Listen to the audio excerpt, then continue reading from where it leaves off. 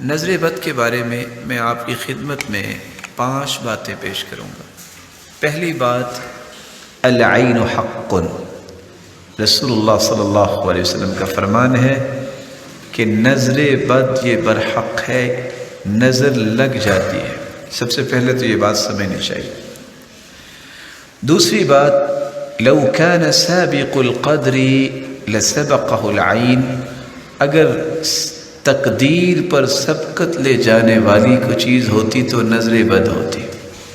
دوسری حدیث۔ تیسری حدیث کے الفاظ یہ ہیں کہ قیامت کے نزدیک اونٹ اور نوجوان اکثر قبروں میں جائیں گے تو نظر بد کی وجہ سے جائیں گے۔ چوتھی بات، ضروری نہیں کہ نظر لگانے والے دوسرے ہو سکتے ہیں، اپنی بھی انسان کی نظر بچوں کو لگ سکتی ہے۔ اس لیے قرآن کہتا ہے وَلَوْلَا إِذْ دَخَلْتَ جَنَّتَكَ قُلْتَ مَا شَاءَ اللَّهُ لَا قُوَّةَ إِلَّا بِاللَّهِ، آپ جب باغ میں گئے ہیں تو آپ نے یہ کیوں نہیں کہا مَا شَاءَ اللَّهُ لَا قُوَّةَ إِلَّا بِاللَّهِ، آپ نے کیوں نہیں کہا؟ تو جب بھی کوئی چیز اچھی لگے تو کیا کہنا چاہیے؟ ما شاء اللہ لا قوت الا باللہ۔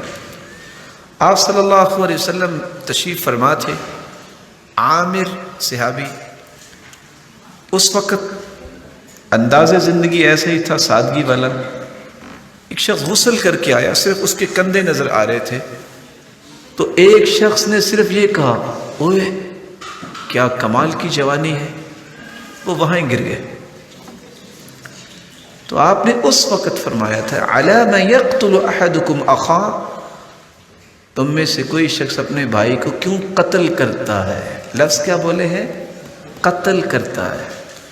تم نے یہ کیوں نہیں کہا ما شاء اللہ لا قوت الا باللہ؟ تو نظر بد جو ہے والدین کی بھی لگ سکتی ہے، نظر بد کسی اور کی بھی لگ سکتی ہے۔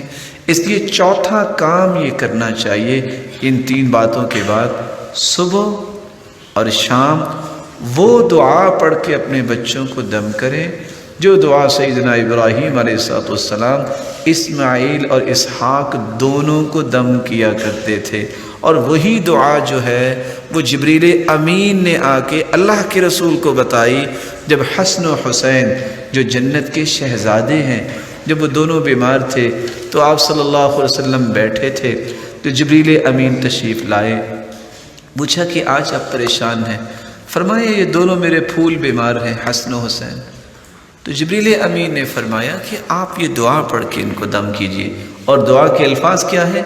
اعیذکما، چونکہ وہ 2 تھے، اعیذکما بکلمات اللہ التامہ من کل شیطان وہامہ ومن کل عین لامہ۔ یہ 3 کلمات پڑھے اللہ کے رسول صلی اللہ علیہ وسلم نے، اور سیدنا حسن اور سیدنا حسین رضی اللہ عنہما کو دم کیا۔ فقام یلعبان، وہ دونوں جو بیمار تھے اٹھے اور کھیلنے لگ گئے۔ 5ویں بات جو میں آپ کی خدمت میں پیش کرنا چاہتا ہوں، میں آپ سے بھی گزارش کروں گا، ہر نماز کے بعد 2 صورتیں جو سورۃ الفلق ہے اور سورۃ الناس، اس کو پڑھنا نہ بھولیے۔ عقبہ بن عامر رضی اللہ تعالی عنہ کی روایت ہے، امرنی رسول اللہ صلی اللہ علیہ وسلم ان اقرأ المعوذتین بعد کل صلاة، ہر نماز کے بعد آخری 2 صورتیں پڑھنے کی مجھے انہوں نے حکم دیا۔ جو شخص یہ صورتیں پڑھتا ہے وہ نظر بد سے بھی بچ جاتا ہے، اور جادو جیسے اس طرح کے مذموم فعل سے بھی رب تعالیٰ اس کی حفاظت فرماتے۔ اور ایک دعا جو آپ کو یاد ہوگی جس کو دم جبریل کا نام دیا جاتا ہے، صحیح الجامع کی روایت ہے، اللہ کے رسول صلی اللہ علیہ وسلم بیمار تھے، جبریل امین آئے اور آ کے کہتے ہیں یا محمد اشتکیت، آپ بیمار ہیں؟ قال نعم، جی ہاں۔ تو جبریل امین نے کون سے الفاظ پڑھ کے دم کیا؟